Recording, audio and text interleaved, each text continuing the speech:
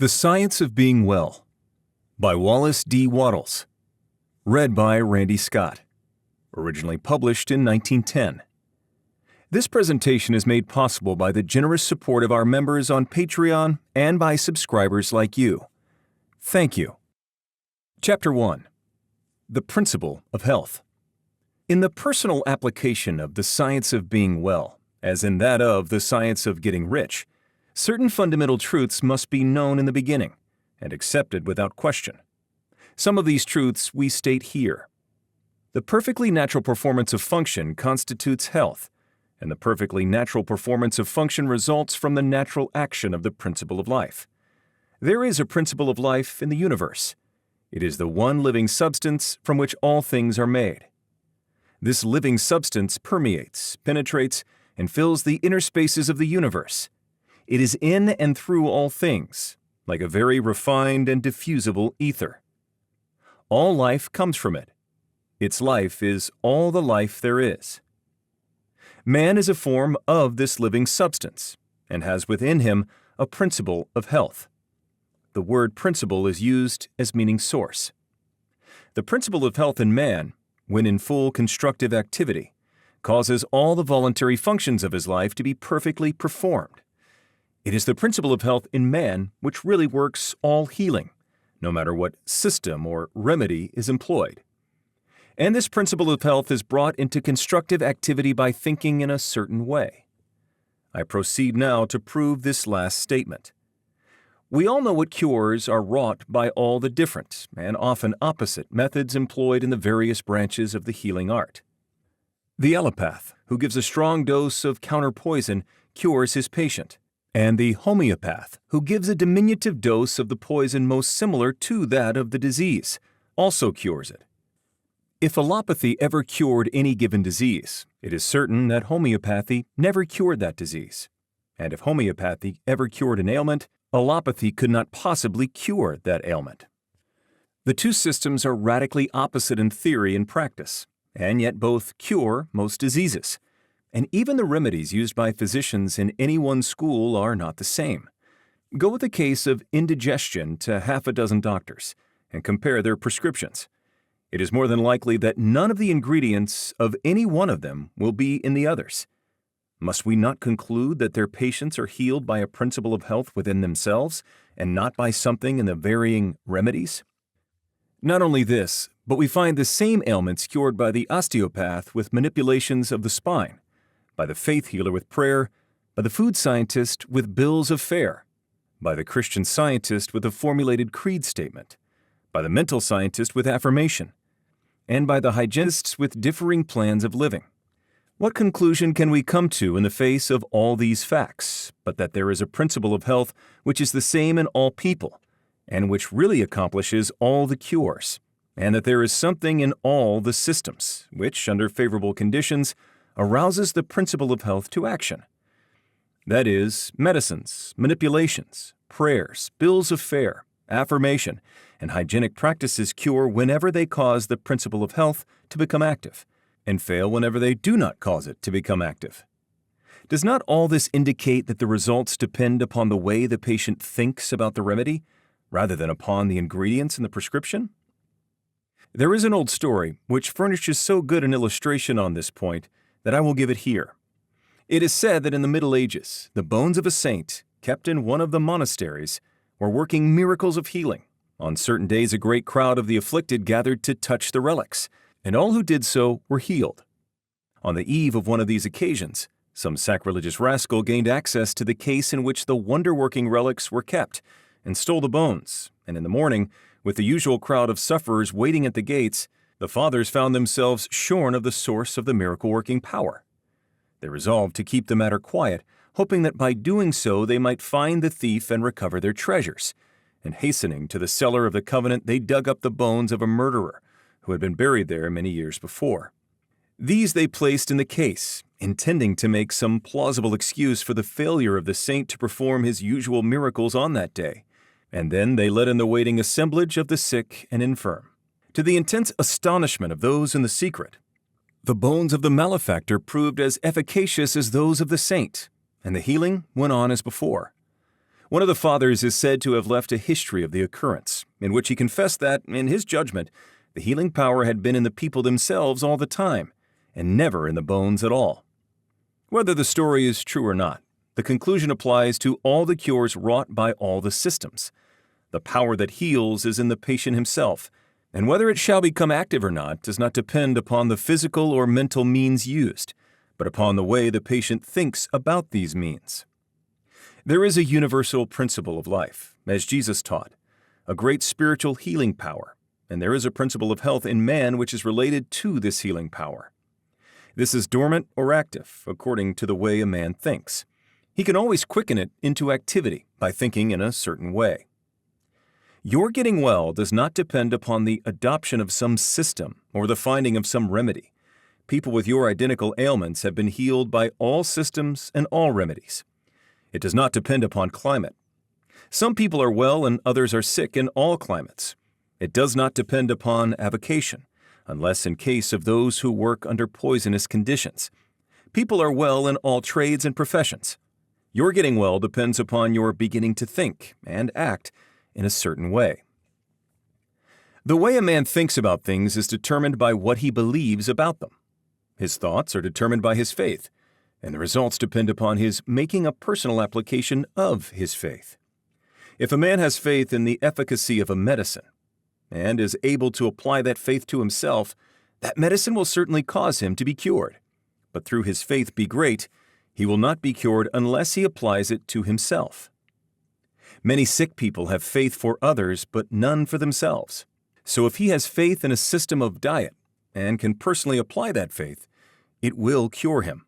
And if he has faith in prayers and affirmations, and personally applies his faith, prayers and affirmations will cure him. Faith, personally applied, cures, and no matter how great the faith or how persistent the thought, it will not cure without personal application. The science of being well, then, includes the two fields of thought and action. To be well, it is not enough that man should merely think in a certain way. He must apply his thought to himself, and he must express and externalize it in his outward life by acting in the same way that he thinks. Chapter 2. The Foundations of Faith. Before man can think in the certain way, which will cause his diseases to be healed, he must believe in certain truths which are here stated. All things are made from one living substance, which, in its original state, permeates, penetrates, and fills the inner spaces of the universe. While all visible things are made from it, yet this substance, in its first formless condition, is in and through all the visible forms that it has made. Its life is in all, and its intelligence is in all.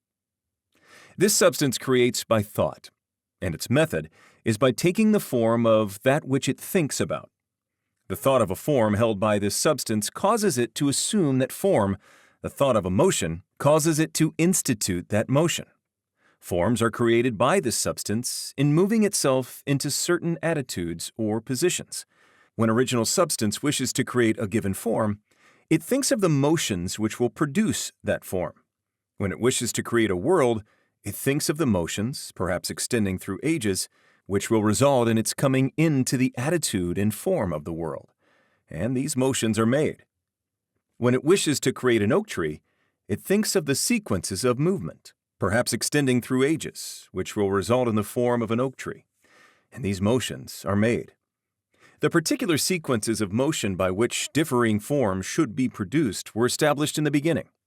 They are changeless. Certain motions instituted in the formless substance will forever produce certain forms. Man's body is formed from the original substance and is the result of certain motions, which first existed as thoughts of original substance. The motions which produce, renew, and repair the body of man are called functions, and these functions are of two classes, voluntary and involuntary. The involuntary functions are under the control of the principle of health in man, and are performed in a perfectly healthy manner so long as man thinks in a certain way. The voluntary functions of life are eating, drinking, breathing, and sleeping. These, entirely or in part, are under the direction of man's conscious mind, and he can perform them in a perfectly healthy way if he will. If he does not perform them in a healthy way, he cannot long be well, So we see that if man thinks in a certain way, and eats, drinks, breathes, and sleeps in a corresponding way, he will be well. The involuntary functions of man's life are under the direct control of the principle of health, and so long as man thinks in a perfectly healthy way, these functions are perfectly performed, for the action of the principle of health is largely directed by man's conscious thought, affecting his subconscious mind. Man is a thinking center, capable of originating thought, and as he does not know everything, he makes mistakes and thinks error. Not knowing everything, he believes things to be true which are not true. Man holds in his thought the idea of diseased and abnormal functioning and conditions, and so perverts the action of the principle of health, causing diseased and abnormal functioning and conditions within his own body. In the original substance there are held only the thoughts of perfect motion, perfect and healthy function, complete life. God never thinks disease or imperfection, but for countless ages men have held thoughts of disease, abnormality, old age, and death, and the perverted functioning resulting from these thoughts has become a part of the inheritance of the race. Our ancestors have, for many generations, held imperfect ideas concerning human form and functioning, and we begin life with racial subconscious impressions of imperfection and disease. This is not natural, or a part of the plan of nature. The purpose of nature can be nothing else than the perfection of life. This we can see from the very nature of life itself. It is the nature of life to continually advance toward more perfect living. Advancement is the inevitable result of the very act of living. Increase is always the result of active living. Whatever lives must live more and more. The seed lying in the granary has life, but is not living. Put it in the soil, and it becomes active, and at once begins to gather to itself from the surrounding substance, and to build a plant form. It will so cause increase that a seed head will be produced containing 30, 60, or 100 seeds, each having as much life as the first. Life, by living, increases. Life cannot live without increasing, and the fundamental impulse of life is to live. It is in response to this fundamental impulse that original substance works and creates. God must live, and he cannot live except as he creates and increases. In multiplying forms, he is moving on to live more. The universe is a great advancing life, and the purpose of nature is the advancement of life toward perfection, toward perfect functioning. The purpose of nature is perfect health. The purpose of nature, so far as man is concerned, is that he should be continuously advancing into more life and progressing toward perfect life, and that he should live the most complete life possible in his present sphere of action. This must be so, because that which lives in man is seeking more life. Give a little child a pencil and paper, and he begins to draw crude figures. That which lives in him is trying to express itself in art. Give him a set of blocks, and he will try to build something. That which lives in him is seeking expression in architecture. Seat him at a piano, and he will try to draw harmony from the keys. That which lives in him is trying to express itself in music. That which lives in man is always seeking to live more, and since man lives most when he is well, the principle of nature in him can seek only health. The natural state of man is a state of perfect health, and everything in him and in nature tends toward health. Sickness can have no place in the thought of original substance, for it is by its own nature continually impelled toward the fullest and most perfect life, therefore toward health. Man, as he exists in the thought of the formless substance, has perfect health. Disease, which is abnormal or perverted function, motion imperfectly made, or made in the direction of imperfect life, has no place in the thought of the thinking stuff. The Supreme Mind never thinks of disease. Disease was not created or ordained by God or sent forth from him. It is wholly a product of separate consciousness, of the individual thought of man. God, the formless substance, does not see disease, think disease, know disease, or recognize disease. Disease is recognized only by the thought of man. God thinks nothing but health.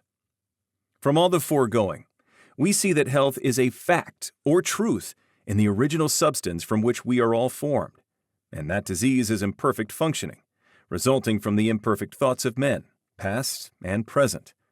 If man's thoughts of himself had always been those of perfect health, man could not possibly now be otherwise than perfectly healthy. Man in perfect health is the thought of original substance, and man in imperfect health is the result of his own failure to think perfect health and to perform the voluntary functions of life in a healthy way. We will here arrange in a syllabus the basic truths of the science of being well. There is a thinking substance from which all things are made, and which, in its original state, permeates, penetrates, and fills the inner spaces of the universe. It is the life of all. The thought of a form in this substance causes the form. The thought of a motion produces the motion. In relation to man, the thoughts of his substance are always of perfect functioning and perfect health. Man is a thinking center, capable of original thought, and his thought has power over his own functioning.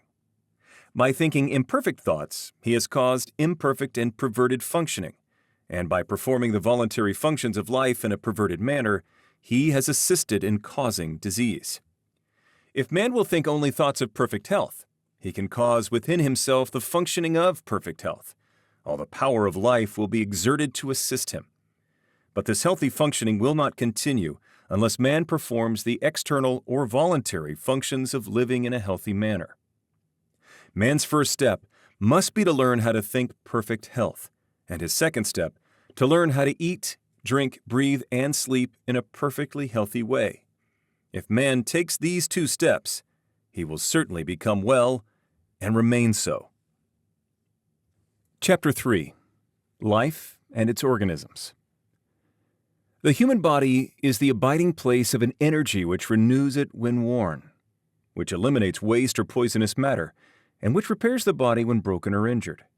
This energy we call life. Life is not generated or produced within the body. It produces the body.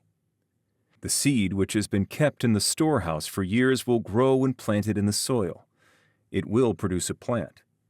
But the life in the plant is not generated by its growing. It is the life which makes the plant grow. The performance of function does not cause life. It is life which causes function to be performed. Life is first, function afterward. It is life which distinguishes organic from inorganic matter, but it is not produced after the organization of matter. Life is the principle or force which causes organization. It builds organisms. It is a principle or force inherent in original substance. All life is one. This life principle of the all is the principle of health in man, and becomes constructively active whenever man thinks in a certain way.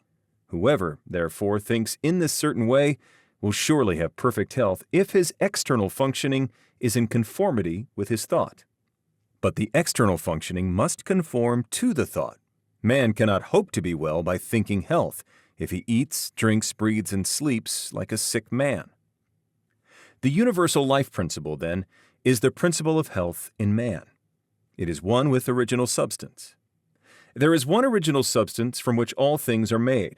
This substance is alive, and its life is the principle of life of the universe. This substance has created from itself all the forms of organic life by thinking them, or by thinking the motions and functions which produce them. Original substance thinks only health, because it knows all truth. There is no truth which is not known in the formless, which is all and in all. It not only knows all truth, but it has all power. Its vital power is the source of all the energy there is. A conscious life, which knows all truth and which has all power, cannot go wrong or perform function imperfectly. Knowing all it knows too much to go wrong, and so the formless cannot be diseased or think disease. Man is a form of this original substance, and has a separate consciousness of his own. But his consciousness is limited, and therefore imperfect. By reason of his limited knowledge, man can and does think wrongly, and so he causes perverted and imperfect functioning in his own body. Man has not known too much to go wrong. The diseased or imperfect functioning may not instantly result from an imperfect thought, but it is bound to come if the thought becomes habitual. Any thought continuously held by man tends to the establishment of the corresponding condition in his body. Also, Man has failed to learn how to perform the voluntary functions of his life in a healthy way. He does not know when, what, and how to eat. He knows little about breathing and less about sleep. He does all these things in a wrong way and under wrong conditions. And this because he has neglected to follow the only sure guide to the knowledge of life. He has tried to live by logic rather than by instinct. He has made living a matter of art and not of nature. And he has gone wrong. His only remedy is to begin to go right, and this he can surely do. It is the work of this book to teach the whole truth, so that the man who reads it shall know too much to go wrong. The thoughts of disease produce the forms of disease. Man must learn to think health. And being original substance which takes the form of its thoughts, he will become the form of health and manifest perfect health in all his functioning. The people who were healed by touching the bones of the saint were really healed by thinking in a certain way, and not by any power emanating from the relics. There is no healing power in the bones of dead men, whether they be those of saint or sinner. The people who were healed by the doses of either the allopath or the homeopath were also really healed by thinking in a certain way. There is no drug which has within itself the power to heal disease. The people who have been healed by prayers and affirmations were also healed by thinking in a certain way. There is no curative power in strings of words. All the sick who have been healed by whatsoever system have thought in a certain way, and a little examination will show us what this way is. The two essentials of the way are faith and a personal application of the faith. The people who touched the saint's bones had faith, and so great was their faith that in the instant they touched the relics, they severed all mental relations with disease and mentally unified themselves with health. This change of mind was accompanied by an intense devotional feeling which penetrated to the deepest recesses of their souls, and so aroused the principle of health to powerful action. By faith they claimed that they were healed, or appropriated health to themselves, and in full faith they ceased to think of themselves in connection with disease, and thought of themselves only in connection with health. These are the two essentials to thinking in the certain way, which will make you well. First, claim or appropriate health by faith, and second, sever all mental relations with disease, and enter into mental relations with health. That which we make ourselves, mentally, we become physically, and that with which we unite ourselves mentally, we become unified with physically. If your thought always relates you to disease, then your thought becomes a fixed power to cause disease within you. And if your thought always relates you to health, then your thought becomes a fixed power exerted to keep you well. In the case of the people who are healed by medicines, the result is obtained in the same way. They have, consciously or unconsciously, sufficient faith in the means used to cause them to sever mental relations with disease and enter into mental relations with health. Faith may be unconscious. It is possible for us to have a subconscious or inbred faith in things like medicine, in which we do not believe to any extent objectively, and this subconscious faith may be quite sufficient to quicken the principle of health into constructive activity. Many who have little conscious faith are healed in this way, while many others who have great faith in the means are not healed because they do not make the personal application to themselves. Their faith is general, but not specific for their own cases. In the science of being well, we have two main points to consider. First, how to think with faith, and second, how to apply the thought to ourselves as to quicken the principle of health into constructive activity. We begin by learning what to think. Chapter 4. What to think. In order to sever all mental relations with disease, you must enter into mental relations with health, making the process positive, not negative, one of assumption, not of rejection. You are to receive or appropriate health rather than to reject and deny disease. Denying disease accomplishes next to nothing. It does little good to cast out the devil and leave the house vacant, for he will presently return with others worse than himself. When you enter into full and constant mental relations with health, you must of necessity cease all relationship with disease.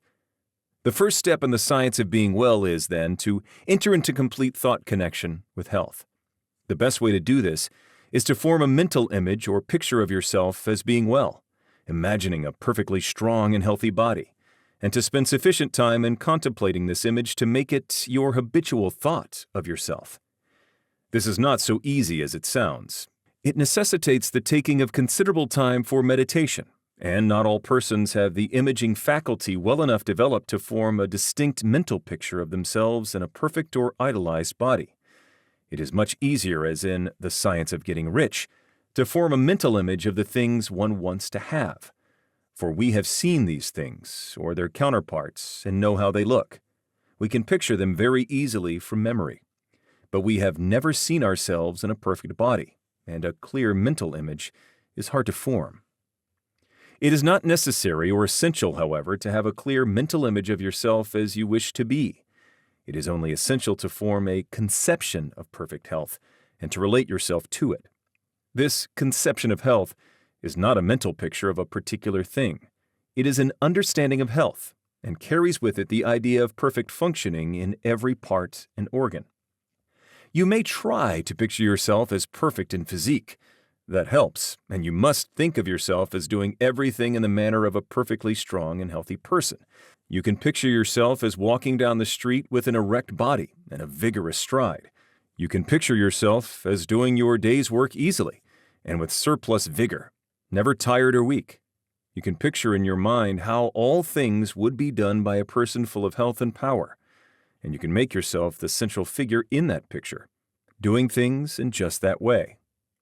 Never think of the ways in which weak or sickly people do things. Always think of the way strong people do things. Spend your leisure time in thinking about the strong way until you have a good conception of it.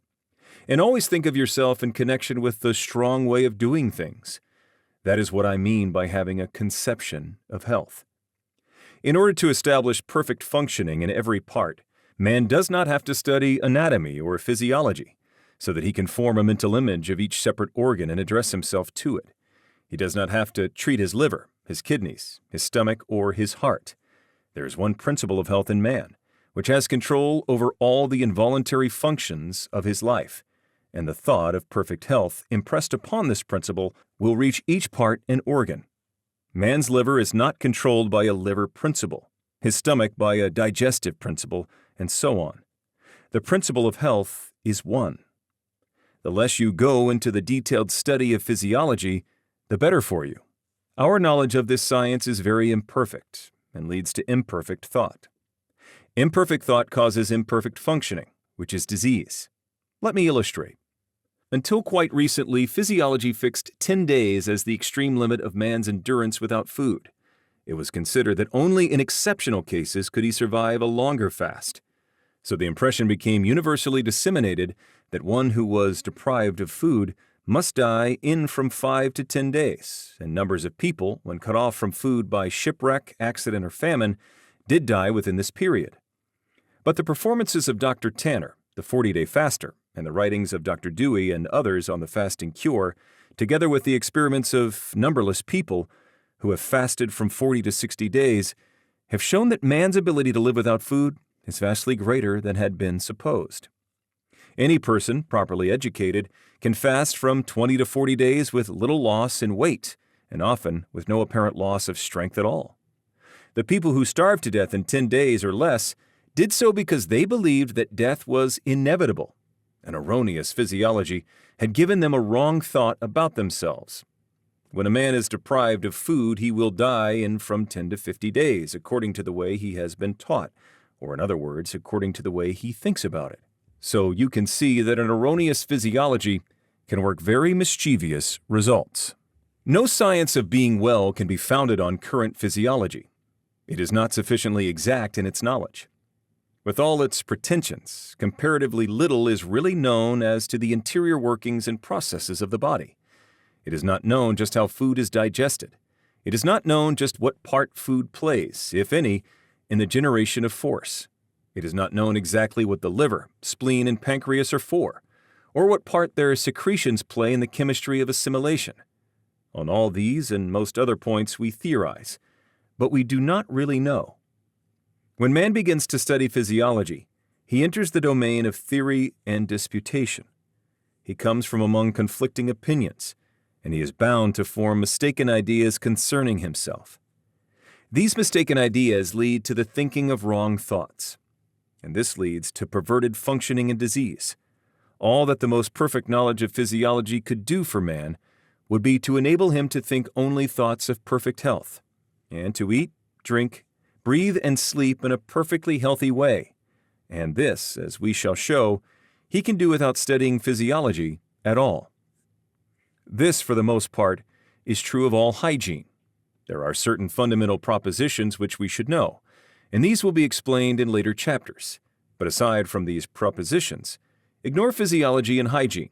They tend to fill your mind with thoughts of imperfect conditions, and these thoughts will produce the imperfect conditions in your own body. You cannot study any science which recognizes disease if you are to think nothing but health. Drop all investigation as to your present condition, its causes, or possible results, and set yourself to the work of forming a conception of health. Think about health and the possibilities of health, of the work that may be done and the pleasures that may be enjoyed in a condition of perfect health. Then make this conception your guide in thinking of yourself. Refuse to entertain for an instant any thought of yourself which is not in harmony with it. When any idea of disease or imperfect functioning enters your mind, cast it out instantly by calling up a thought which is in harmony with the conception of health. Think of yourself at all times as realizing conception, as being a strong and perfectly healthy personage, and do not harbor a contrary thought. Know that as you think of yourself in unity with this conception, the original substance which permeates and fills the tissues of your body is taking form according to the thought. And know that this intelligent substance, or mind stuff, will cause function to be performed in such a way that your body will be rebuilt with perfectly healthy cells. The intelligent substance, from which all things are made, permeates and penetrates all things, and so it is in and through your body. It moves according to its thoughts. And so if you hold only the thoughts of perfectly healthy function, it will cause the movements of perfectly healthy function within you. Hold with persistence to the thought of perfect health in relation to yourself. Do not permit yourself to think in any other way. Hold this thought with perfect faith that it is the fact, the truth. It is the truth so far as your mental body is concerned. You have a mind body and a physical body. The mind body takes form just as you think of yourself, and any thought which you hold continuously is made visible by the transformation of the physical body into its image. Implanting the thought of perfect functioning in the mind body will, in due time, cause perfect functioning in the physical body. The transformation of the physical body into the image of the ideal held by the mind body is not accomplished instantaneously. We cannot transfigure our physical bodies at will as Jesus did. In the creation and recreation of forms, substance moves along the fixed lines of growth it has established, and the impression upon it of the health thought causes the healthy body to be built cell by cell.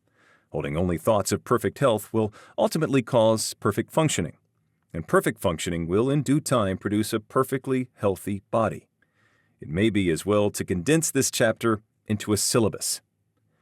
Your physical body is permeated and filled with an intelligent substance, which forms a body of mind stuff.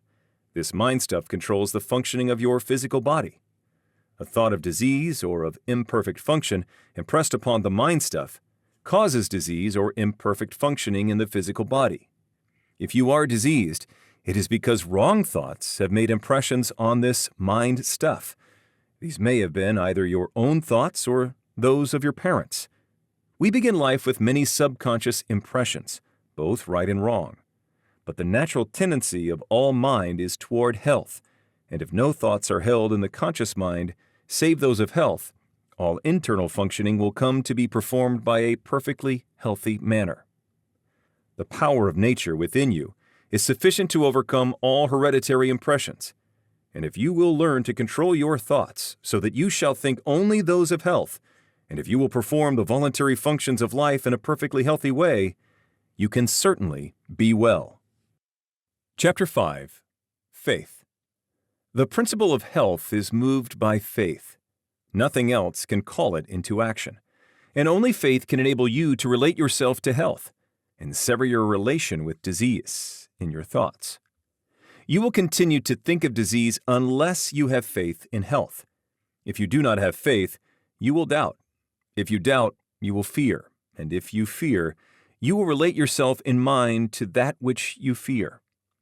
If you fear disease, you will think of yourself in connection with disease, and that will produce within yourself the form and motions of disease. Just as original substance creates from itself the forms of its thoughts, so your mind-body, which is original substance, takes the form and motion of whatever you think about. If you fear disease, dread disease, have doubts about your safety from disease, or even if you contemplate disease, you will connect yourself with it and create its forms and motions within you. Let me enlarge somewhat upon this point. The potency or creative power of a thought is given to it by the faith that is in it. Thoughts which contain no faith create no forms. The formless substance, which knows all truth and therefore thinks only truth, has perfect faith in every thought, because it thinks only truth, and so all its thoughts create. But if you will imagine a thought in formless substance, in which there was no faith, you will see that such a thought could not cause the substance to move or take form.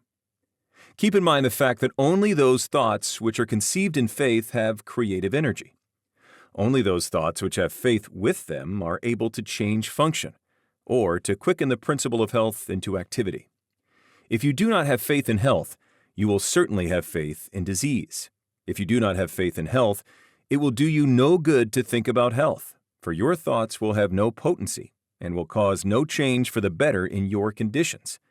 If you do not have faith in health, I repeat, you will have faith in disease. And if, under such conditions, you think about health for 10 hours a day and think about disease for only a few minutes, the disease thought will control your condition because it will have the potency of faith, while the health thought will not.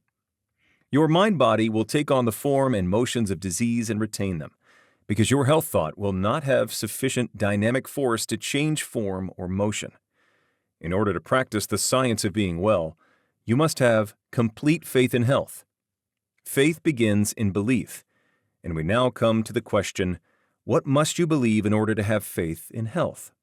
You must believe that there is more health power than disease power in both yourself and your environment, and you cannot help believing this if you consider the facts. These are the facts. There is a thinking substance from which all things are made, and which, in its original state, permeates, penetrates, and fills the inner spaces of the universe. The thought of a form in this substance produces the form. The thought of a motion institutes the motion. In relation to man, the thoughts of original substance are always of perfect health and perfect functioning. This substance, within and without man, always exerts its power toward health. Man is a thinking center, capable of original thought. He has a mind-body of original substance permeating a physical body, and the functioning of his physical body is determined by the faith of his mind-body. If man thinks with faith of the functioning of health, he will cause his internal functions to be performed in a healthy manner, provided that he performs the external functions in a corresponding manner. But if man thinks with faith of disease or of the power of disease, he will cause his internal functioning to be the functioning of disease. The original intelligent substance is in man, moving toward health, and it is pressing upon him from every side. Man lives, moves, and has his being in a limitless ocean of health power, and he uses this power according to his faith. If he appropriates it and applies it to himself, it is all his, and if he unifies himself with it by unquestioning faith, he cannot fail to attain health, for the power of his substance is all the power there is. A belief in the above statements is a foundation for faith in health. If you believe them, you believe that health is the natural state of man, and that man lives in the midst of universal health, that all the power of nature makes for health, and that health is possible to all, and can surely be attained by all. You will believe that the power of health in the universe is 10,000 times greater than that of disease, In fact, that disease has no power whatever, being only the result of perverted thought and faith. And if you believe that health is possible to you, and that it may surely be attained by you, and that you know exactly what to do in order to attain it, you will have faith in health. You will have this faith and knowledge if you read this book through with care and determine to believe in and practice its teachings. It is not merely the possession of faith, but the personal application of faith which works healing. You must claim health in the beginning, and form a conception of health, and as far as may be, of yourself as a perfectly healthy person, and then, by faith, you must claim that you are realizing this conception. Do not assert with faith that you are going to get well. Assert with faith that you are well. Having faith in health and applying it to yourself means having faith that you are healthy, and the first step in this is to claim that it is the truth. Mentally, take the attitude of being well, and do not say anything or do anything which contradicts this attitude. Never speak a word or assume a physical attitude which does not harmonize with the claim, I am perfectly well. When you walk, go with a brisk step, and with your chest thrown out and your head held up. Watch that at all times that your physical actions and attitudes are those of a healthy person. When you find that you have relapsed into the attitude of weakness or disease, change instantly. Straighten up. Think of health and power. Refuse to consider yourself as other than a perfectly healthy person. One great aid, perhaps the greatest aid in applying your faith, you will find in the exercise of gratitude. Whether you think of yourself or of your advancing condition, give thanks to the great intelligent substance for the perfect health you are enjoying. Remember that, as Swedenborg taught, there is a continual inflow of life from the Supreme, which is received by all created things according to their forms, and by man according to his faith. Health from God is continually being urged upon you, and when you think of this, lift up your mind reverently to Him, and give thanks that you have been led to the truth and into perfect health of mind and body. Be all the time in a grateful frame of mind, and let gratitude be evident in your speech. Gratitude will help you to own and control your own field of thought. Whenever the thought of disease is presented to you, instantly claim health and thank God for the perfect health you have. Do this so that there shall be no room in your mind for a thought of ill. Every thought connected in any way with ill health is unwelcome, and you can close the door of your mind in its face by asserting that you are well, and by reverently thanking God that it is so. Soon old thoughts will return no more. Gratitude has a twofold effect. It strengthens your own faith, and it brings you into close and harmonious relations with the Supreme. You believe that there is one intelligent substance from which all life and all power come. You believe that you receive your own life from this substance, and you relate yourself closely to it by feeling continuous gratitude. It is easy to see that the more closely you relate yourself to the source of life, the more readily you may receive life from it. And it is easy also to see that your relation to it is a matter of mental attitude. We cannot come into physical relationship with God, for God is mind stuff, and we also are mind stuff. Our relation with Him must therefore be a mind relation. It is plain, then, that the man who feels deep and hearty gratitude will live in closer touch with God than the man who never looks up to Him in thankfulness. The ungrateful or unthankful mind really denies that it receives at all, and so cuts its connection with the Supreme. The grateful mind is always looking toward the Supreme, and is always open to receive from it, and it will receive continually. The principle of health in man receives its vital power from the principle of life in the universe, and man relates himself to the principle of life by faith in health, and by gratitude for the health he receives. Man may cultivate both faith and gratitude by the proper use of his will. Chapter 6. Use of the Will. In the practice of the science of being well, the will is not used to compel yourself to go when you are not really able to go, or to do things when you are not physically strong enough to do them. You do not direct your will upon your physical body, or try to compel the proper performance of internal function by willpower. You direct the will upon the mind, and use it in determining what you shall believe, what you shall think, and what you shall give your attention. The will should never be used upon any person or thing external to you, and it should never be used upon your own body. The sole legitimate use of the will is in determining to what you shall give your attention, and what you shall think about the things to which your attention is given. All belief begins in the will to believe. You cannot always and instantly believe what you will to believe, but you can always will to believe what you want to believe. You want to believe truth about health, and you can will to do so. The statements you have been reading in this book are the truth about health, and you can will to believe them. This must be your first step toward getting well. These are the statements you must will to believe: that there is a thinking substance from which all things are made, and that man receives the principle of health, which is his life, from this substance. That man himself is thinking substance, a mind-body permeating a physical body, and that as man's thoughts are, so will the functioning of his physical body be. That if man will think only thoughts of perfect health, he must and will cause the internal and involuntary functioning of his body to be the functioning of health, provided that his external and voluntary functioning and attitude are in accordance with his thoughts. When you will to believe these statements, you must also begin to act upon them. You cannot long retain a belief unless you act upon it. You cannot increase a belief until it becomes faith unless you act upon it. And you certainly cannot expect to reap benefits in any way from a belief so long as you act as if the opposite were true.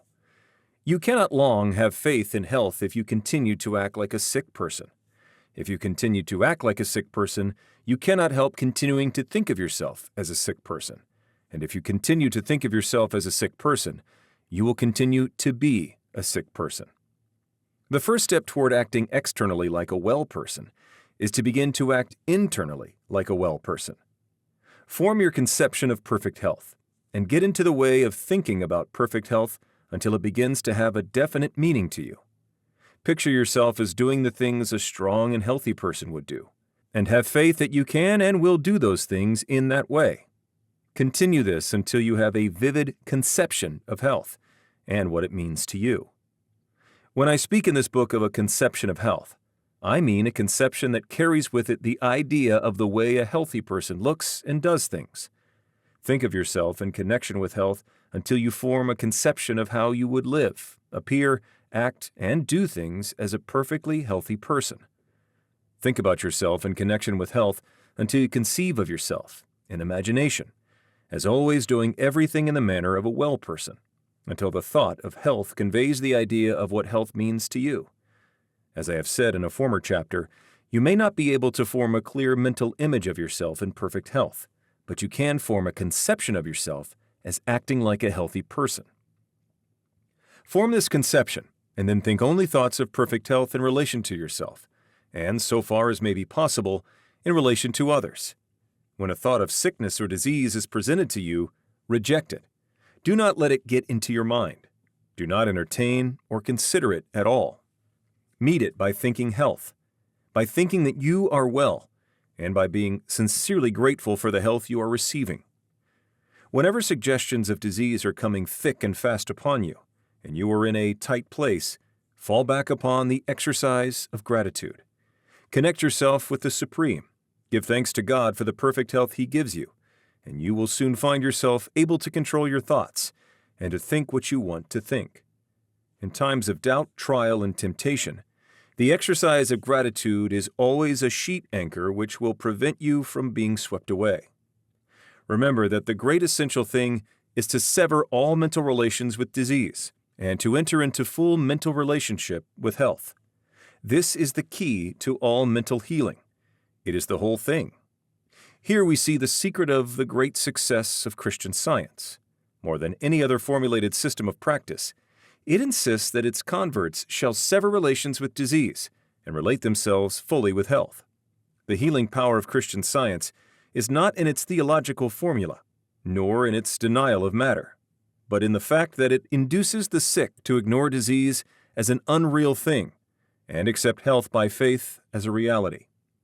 Its failures are made because its practitioners, while thinking in the certain way, Do not eat, drink, breathe, and sleep in the same way. While there is no healing power in the repetition of strings of words, yet it is a very convenient thing to have the central thoughts so formulated that you can repeat them readily, so that you can use them as affirmations whenever you are surrounded by an environment which gives you adverse suggestions. When those around you begin to talk of sickness and death, close your ears and mentally assert something like the following: There is one substance, and I am that substance. That substance is eternal, and it is life. I am that substance, and I am eternal life. That substance knows no disease. I am that substance, and I am health. Exercise your willpower in choosing only those thoughts which are thoughts of health, and arrange your environment so that it shall suggest thoughts of health. Do not have about you books, pictures, or other things which suggest death, disease, deformity, weakness, or age. Have only those which convey the ideas of health, power, joy, vitality, and youth. When you're confronted with a book or anything else which suggests disease, do not give it your attention. Think of your conception of health and your gratitude, and affirm as above. Use your willpower to fix your attention upon thoughts of health. In a future chapter, I shall touch upon this point again. What I wish to make plain here is that you must think only health, recognize only health, and give your attention only to health, and that you must control thought, recognition, and attention by the use of your will. Do not try to use your will to compel the healthy performance of function within you. The principle of health will attend to that, if you give your attention only to thoughts of health. Do not try to exert your will upon the formless to compel it to give you more vitality or power. It is already placing all the power there is at your service. You do not have to use your will to conquer adverse conditions or to subdue unfriendly forces. There are no unfriendly forces. There is only one force, and that force is friendly to you. It is a force which makes for health. Everything in the universe wants you to be well. You have absolutely nothing to overcome but your own habit of thinking in a certain way about disease, and you can do this only by forming a habit of thinking in another certain way about health. Man can cause all the internal functions of his body to be performed in a perfectly healthy manner by continuously thinking in a certain way and by performing the external functions in a certain way. He can think in this certain way by controlling his attention, and he can control his attention by the use of his will. He can decide what things he will think about. Chapter 7. Health from God. I will give a chapter here to explaining how man may receive health from the Supreme. By the Supreme I mean the thinking substance from which all things are made, and which is in all and through all, seeking more complete expression and fuller life. This intelligent substance, in a perfectly fluid state, permeates and penetrates all things, and is in touch with all minds. It is the source of all energy and power, and constitutes the inflow of life, which Schwendenborg saw, vitalizing all things. It is working to one definite end, and for the fulfillment of one purpose, and that purpose is the advancement of life toward the complete expression of mind. When man harmonizes himself with this intelligence, it can and will give him health and wisdom. When man holds steadily to the purpose to live more abundantly, he comes into harmony with the Supreme Intelligence. The purpose of the Supreme Intelligence is the most abundant life for all. The purpose of this Supreme Intelligence for you is that you should live more abundantly. If, then, your own purpose is to live more abundantly, you are unified with the Supreme. You are working with it, and it must work with you. But as the Supreme Intelligence is in all, if you harmonize with it, you must harmonize with all, and you must desire more abundant life for all, as well as for yourself. Two great benefits come to you from being in harmony with the Supreme Intelligence. First, you will receive wisdom. By wisdom, I do not mean knowledge of facts so much as ability to perceive and understand facts, and to judge soundly and act rightly in all matters relating to life. Wisdom is the power to perceive truth, and the ability to make the best use of the knowledge of truth. It is the power to perceive at once the best end to aim at, and the means best adapted to attain that end. With wisdom comes poise, and the power to think rightly, to control and guide your thoughts, and to avoid the difficulties which come from wrong thinking. With wisdom, you will be able to select the right courses for your particular needs, and to so govern yourself in all ways as to secure the best results. You will know how to do what you want to do. You can readily see that wisdom must be an essential attribute of the Supreme Intelligence, since that which knows all truth must be wise. And you can see also that just in proportion as you harmonize and unify your mind with that intelligence, you will have wisdom.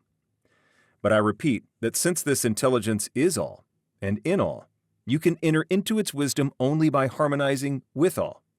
If there is anything in your desires or your purpose which will bring oppression to any, or work injustice to, or cause lack of life for any, you cannot receive wisdom from the Supreme. Furthermore, your purpose for your own self must be the best. Man can live in three general ways: for the gratification of his body, for that of his intellect, or for that of his soul. The first is accomplished by satisfying the desires for food, drink, and those other things which give enjoyable physical sensations. The second is accomplished by doing those things which cause pleasant mental sensations, such as gratifying the desire for knowledge, or those for fine clothing, fame, power, and so on. The third is accomplished by giving way to the instincts of unselfish love and altruism. Man lives most wisely and completely when he functions most perfectly along all of these lines, without excess in any of them. The man who lives swinishly for the body alone is unwise and out of harmony with God. That man who lives solely for the cold enjoyments of the intellect, though he be absolutely moral, is unwise and out of harmony with God. And the man who lives wholly for the practice of altruism, and who throws himself away for others, is as unwise and as far from harmony with God as those who go to excess in other ways. To come into full harmony with the Supreme, you must purpose to live to the utmost of your capabilities in body, mind, and soul. This must mean the full exercise of function in all the different ways, but without excess, for excess in one causes deficiency in the others. Behind your desire for health is your own desire for more abundant life, and behind that is the desire of the formless intelligence to live more fully in you. So, as you advance toward perfect health, hold steadily to the purpose to attain complete life, physical, mental, and spiritual, to advance in all ways, and in every way to live more. If you hold this purpose, you will be given wisdom. He that willeth to do the will of the Father shall know, said Jesus. Wisdom is the most desirable gift that can come to man, for it makes him rightly self-governing. But wisdom is not all you may receive from the Supreme Intelligence. You may receive physical energy, vitality, life force. The energy of the formless substance is unlimited and permeates everything. You are already receiving or appropriating to yourself this energy in an automatic and instinctive way, but you can do so to a far greater degree if you set about it intelligently. The measure of a man's strength is not what God is willing to give him, but what he himself has the will and the intelligence to appropriate to himself. God gives you all there is. Your only question is how much to take of the unlimited supply. Professor James has pointed out that there is apparently no limit to the powers of men, and this is simply because man's power comes from the inexhaustible reservoir of the Supreme. The runner who has reached the stage of exhaustion, when his physical power seems entirely gone, by running on in a certain way may receive his second wind. His strength is renewed in a seemingly miraculous fashion, and he can go on indefinitely. And by continuing in the certain way, he may receive a third, fourth, and fifth wind. We do not know where the limit is, or how far it may be possible to extend it. The conditions are that the runner must have absolute faith that the strength will come, that he must think steadily of strength, and have perfect confidence that he has it, and that he must continue to run on. If he admits a doubt into his mind, he falls exhausted, and if he stops running to wait for the accession of strength, it will never come. His faith in strength, his faith that he can keep on running, his unwavering purpose to keep on running, and his action in keeping on seem to connect him to the source of energy in such a way as to bring him a new supply. In a very similar manner, the The sick person who has unquestioning faith in health, whose purpose brings him into harmony with the source, and who performs the voluntary functions of life in a certain way, will receive vital energy sufficient for all his needs, and for the healing of all his diseases. God, who seeks to live and express himself fully in man, delights to give man all that is needed for the most abundant life. Action and reaction are equal, and when you desire to live more, if you are in mental harmony with the Supreme, the forces which make for life begin to concentrate about you and upon you. The one life begins to move toward you, and your environment becomes surcharged with it. Then, if you appropriate it by faith, it is yours. Ye shall ask what ye will, and it shall be done unto you. Your Father giveth not his Spirit by measure. He delights to give good gifts to you. Chapter 8. Summary of the mental actions. Let me now summarize the mental actions and attitudes necessary to the practice of the science of being well. First, you believe that there is a thinking substance, from which all things are made, and which, in its original state, permeates, penetrates, and fills the inner spaces of the universe. This substance is the life of all, and is seeking to express more life in all. It is the principle of life of the universe, and the principle of health in man. Man is a form of this substance, and draws his vitality from it. He is a mind-body of original substance, permeating a physical body, and the thoughts of his mind-body control the functioning of his physical body. If man thinks no thoughts save those of perfect health, the functions of his physical body will be performed in a manner of perfect health. If you would consciously relate yourself to the all-health, your purpose must be to live fully on every plane of your being. You must want all that there is in life for body, mind, and soul, and this will bring you into harmony with all the life there is.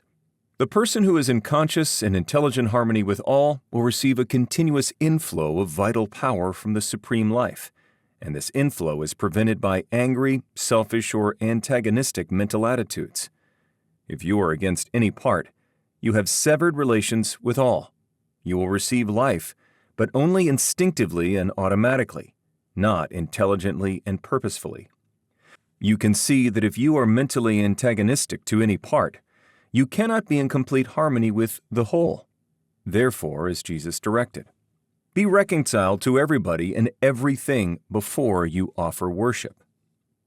Want for everybody all that you want for yourself. The reader is recommended to read what we have said in a former work concerning the competitive mind and the creative mind. It is very doubtful whether one who has lost health can completely regain it so long as he remains in the competitive mind. Being on the creative or goodwill plane in mind, the next step is to form a conception of yourself as in perfect health, and to hold no thoughts which are not in full harmony with this conception. Have faith that if you think only thoughts of health, you will establish in your physical body the functioning of health, and use your will to determine that you will think only thoughts of health. Never think of yourself as sick, or as likely to be sick. Never think of sickness in connection with yourself at all. And, as far as may be, shut out of your mind all thoughts of sickness in connection with others. Surround yourself as much as possible with the things which suggest the ideas of strength and health. Have faith in health, and accept health as an actual present fact in your life. Claim health as a blessing bestowed upon you by the Supreme Life, and be deeply grateful at all times. Claim the blessing by faith. Know that it is yours, and never admit a contrary thought to your mind. Use your willpower to withhold your attention from every appearance of disease in yourself and others. Do not study disease, think about it, nor speak of it. At all times, when the thought of disease is thrust upon you, move forward into the mental position of prayerful gratitude for your perfect health. The mental actions necessary to being well may now be summed up in a single sentence. Form a conception of yourself in perfect health, and think only those thoughts which are in harmony with that conception. That, with faith and gratitude, and the purpose to really live, covers all the requirements. It is not necessary to take mental exercises of any kind, except as described in Chapter 6, or to do wearying stunts in a way of affirmations and so on. It is not necessary to concentrate the mind on the affected parts. It is far better not to think of any part as affected. It is not necessary to treat yourself by autosuggestion or to have others treat you in any way whatever. The power that heals is the principle of health within you. And to call this principle into constructive action, it is only necessary, having harmonized yourself with the all-mind, to claim by faith the all-health, and to hold that claim until it is physically manifested in all the functions of your body. In order to hold this mental attitude of faith, gratitude, and health, however, your external acts must be only those of health. You cannot long hold the internal attitude of a well person if you continue to perform the external acts of a sick person. It is essential not only that your every thought should be a thought of health, but that your every act should be an act of health, performed in a healthy manner. If you will make every thought a thought of health and every conscious act an act of health, it must infallibly follow that every internal and unconscious function shall come to be healthy, for all the power of life is being continually exerted toward health. We shall next consider how you may make every act an act of health. Chapter 9. When to eat. You cannot build and maintain a perfectly healthy body by mental action alone, or by the performance of the unconscious or involuntary functions alone. There are certain actions, more or less voluntary, which have a direct and immediate relation with the continuance of life itself. These are eating, drinking, breathing, and sleeping. No matter what man's thought or mental attitude may be, he cannot live unless he eats, drinks, breathes, and sleeps, and moreover, he cannot be well if he eats, drinks, breathes, and sleeps in an unnatural or wrong manner. It is therefore vitally important that you should learn the right way to perform these voluntary functions, and I shall proceed to show you this way, beginning with the matter of eating, which is most important. There has been a vast amount of controversy as when to eat, what to eat, how to eat, and how much to eat, and all this controversy is unnecessary, for the right way is very easy to find. You have only to consider the law which governs all attainment, whether of health, wealth, power, or happiness, and that law is that you must do what you can do now. Where you are now, do every separate act in the most perfect manner possible, and put the power of faith into every action. The process of digestion and assimilation are under the supervision and control of an inner division of man's mentality, which is generally called the subconscious mind, and I shall use that term here in order to be understood. The subconscious mind is in charge of all the functions and processes of life, and when more food is needed by the body, it makes the fact known by causing a sensation called hunger. Whenever food is needed and can be used, there is hunger. And whenever there is hunger, it is time to eat.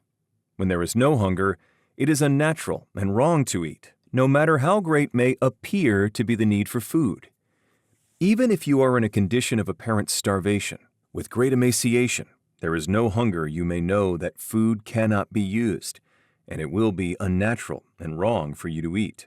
Though you have not eaten for days, weeks, or months, if you have no hunger, you may be perfectly sure that food cannot be used, and will probably not be used if taken. Whenever food is needed, if there is power to digest and assimilate it, so that it can be normally used, the subconscious mind will announce the fact by a decided hunger. Food, taken when there is no hunger, will sometimes be digested and assimilated, because nature makes a special effort to perform the task which is thrust upon her against her will. But if food be habitually taken when there is no hunger, the digestive power is at last destroyed, and numberless evils caused. If the foregoing be true, and it is indisputably so, it is a self-evident proposition that the natural time and the healthy time to eat is when one is hungry, and that it is never a natural or a healthy action to eat when one is not hungry. You see, then, that it is an easy matter to scientifically settle the question when to eat. Always eat when you are hungry, and never eat when you are not hungry. This is obedience to nature, which is obedience to God. We must not fail, however, to make clear the distinction between hunger and appetite. Hunger is the call of the subconscious mind for more material to be used in repairing and renewing the body, and in keeping up the internal heat, and hunger is never felt unless there is need for more material, and unless there is power to digest it when taken into the stomach. Appetite is a desire for the gratification of sensation. The drunkard has an appetite for liquor, but he cannot have a hunger for it. A normally fed person cannot have a hunger for candy or sweets. The desire for these things is an appetite. You cannot hunger for tea, coffee, spiced foods, or for the various taste-tempting devices of the skilled cook. If you desire these things, it is with appetite, not with hunger. Hunger is the nature's call for material to be used in building new cells, and nature never calls for anything which may not be legitimately used for this purpose. Appetite is often largely a matter of habit. If one eats or drinks at a certain hour, and especially if one takes sweetened or spiced and stimulating foods, the desire comes regularly at the same hour. But this habitual desire for food should never be mistaken for hunger. Hunger does not appear at specified times. It only comes when work or exercise has destroyed sufficient tissue to make the taking in of new raw material a necessity. For instance, if a person has been sufficiently fed on the preceding day, it is impossible that he should feel a genuine hunger on arising from refreshing sleep. In sleep, the body is recharged with vital power, and the assimilation of the food which has been taken during the day is completed. The system has no need for food immediately after sleep, unless the person went to his rest in a state of starvation. With a system of feeding, which is even a reasonable approach to a natural one, no one can have a real hunger for an early morning breakfast.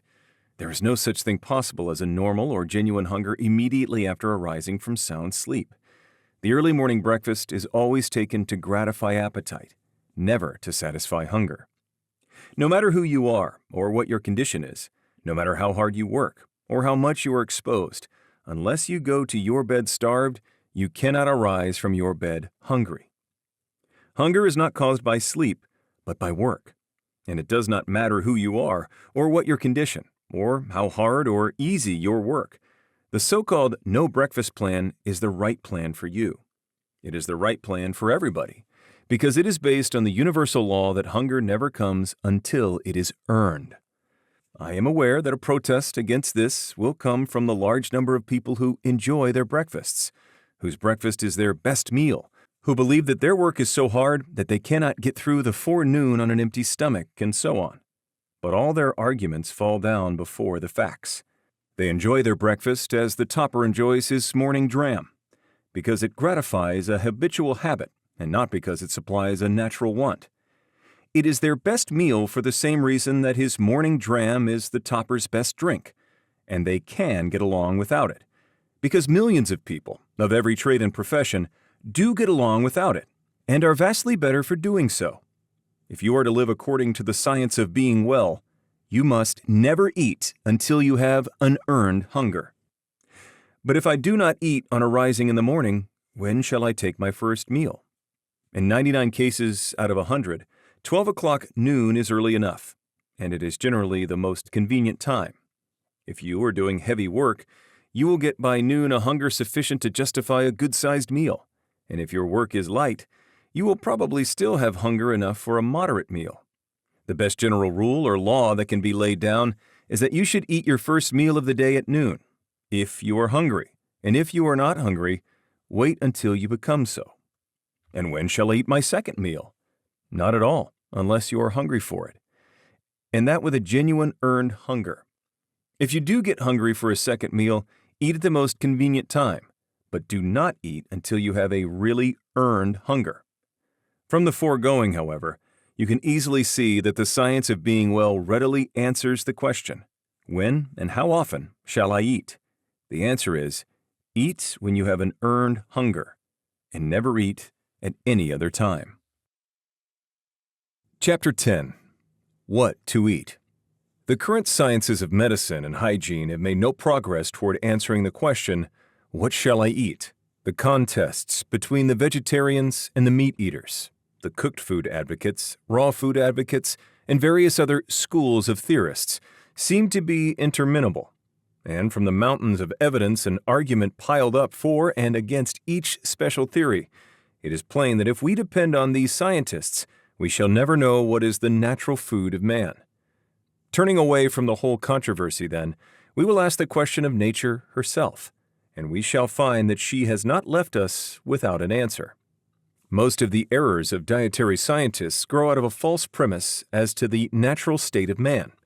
It is assumed that civilization and mental development are unnatural things, that the man who lives in a modern house, in city or country, and who works in modern trade or industry for his living is leading an unnatural life and is in an unnatural environment, that the only natural man is a naked savage, and that the farther we get from the savage, the farther we are from nature. This is wrong. The man who has all that art and science can give him is leading the most natural life, because he is living most completely in all his faculties. The dweller in a well-appointed city flat, with modern conveniences and good ventilation, is living a far more naturally human life than the Australian savage who lives in a hollow tree or a hole in the ground. That great intelligence, which is in all and through all, has in reality practically settled the question as to what we shall eat. In ordering the affairs of nature, it has decided that man's food shall be according to the zone in which he lives. In the frigid regions of the far north, the Eskimo live largely on the blubber and fat of aquatic animals. No other diet is possible to them. They could not get fruits, nuts, or vegetables, even if they were disposed to eat them, and they could not live on them in that climate if they could get them. Notwithstanding the arguments of the vegetarians, the Eskimo will continue to live on animal fats. On the other hand, as we come toward the tropics, we find fuel foods less required, and millions live on rice and fruits, and the food regimen of an Eskimo village, if followed upon the equator, would result in speedy death. A natural diet for the equatorial regions would be very far from being a natural diet near the North Pole, and the people of either zone, if not inferred with by medical or dietary scientists, will be guided by the all-intelligence, which seeks the fullest life in all, to feed themselves in the best way for the promotion of perfect health. In general, you can see that God, working in nature and in the evolution of human society and customs, has answered your question as to what you shall eat, and I advise you to take his answer in preference to that of any man. In the temperate zone, the largest demands are made on man in spirit, mind, and body, and here we find the greatest variety of foods provided by nature. And it is really quite useless and superfluous to theorize on the question that the masses shall eat, for they have no choice. They must eat the foods which are staple products of the zone in which they live. It is impossible to supply all the people with a nut and fruit or raw food diet, and the fact that it is impossible is proof positive that these are not the foods intended by nature. For nature, being formed for the advancement of life, has not made the obtaining of the means of life an impossibility. So I say the question, what shall I eat, has been answered for you. Eat wheat, corn, rye, oats, barley, buckwheat. Eat vegetables, eat meats, eat fruits. Eat the things that are eaten by the masses of the people around the world, for in this matter the voice of the people is the voice of God. They have been led, generally, to the selection of certain foods, and they have been led, generally, to prepare these foods in generally similar ways, and you may depend upon it that in general they have the right foods and are preparing them in the right way. In these matters the race has been under the guidance of God. The list of foods in common use is a long one, and you must select therefrom according to your individual taste. If you do, you will find that you have an infallible guide, as shown in the next 2 chapters. If you do not eat until you have an earned hunger, you will not find your taste demanding unnatural or unhealthy foods. The woodchopper, who has swung his axe continuously from 7 in the morning until noon, does not come in clamoring for cream puffs and confectionery. He wants pork and beans, or beefsteak and potatoes, or cornbread and cabbage. He asks for the plain solids. Offer to crack him a few walnuts and give him a plate of lettuce, and you will be met with huge disdain. Those things are not natural foods for a working man. And if they are not natural foods for a working man, they are not for any other man. For work hunger is the only real hunger, and requires the same materials to satisfy it, whether it be in woodchopper or banker, in man, woman, or child. It is a mistake to suppose that food must be selected with anxious care to fit the vocation of the person who eats. It is not true that the woodchopper requires heavy or solid foods and the bookkeeper light foods.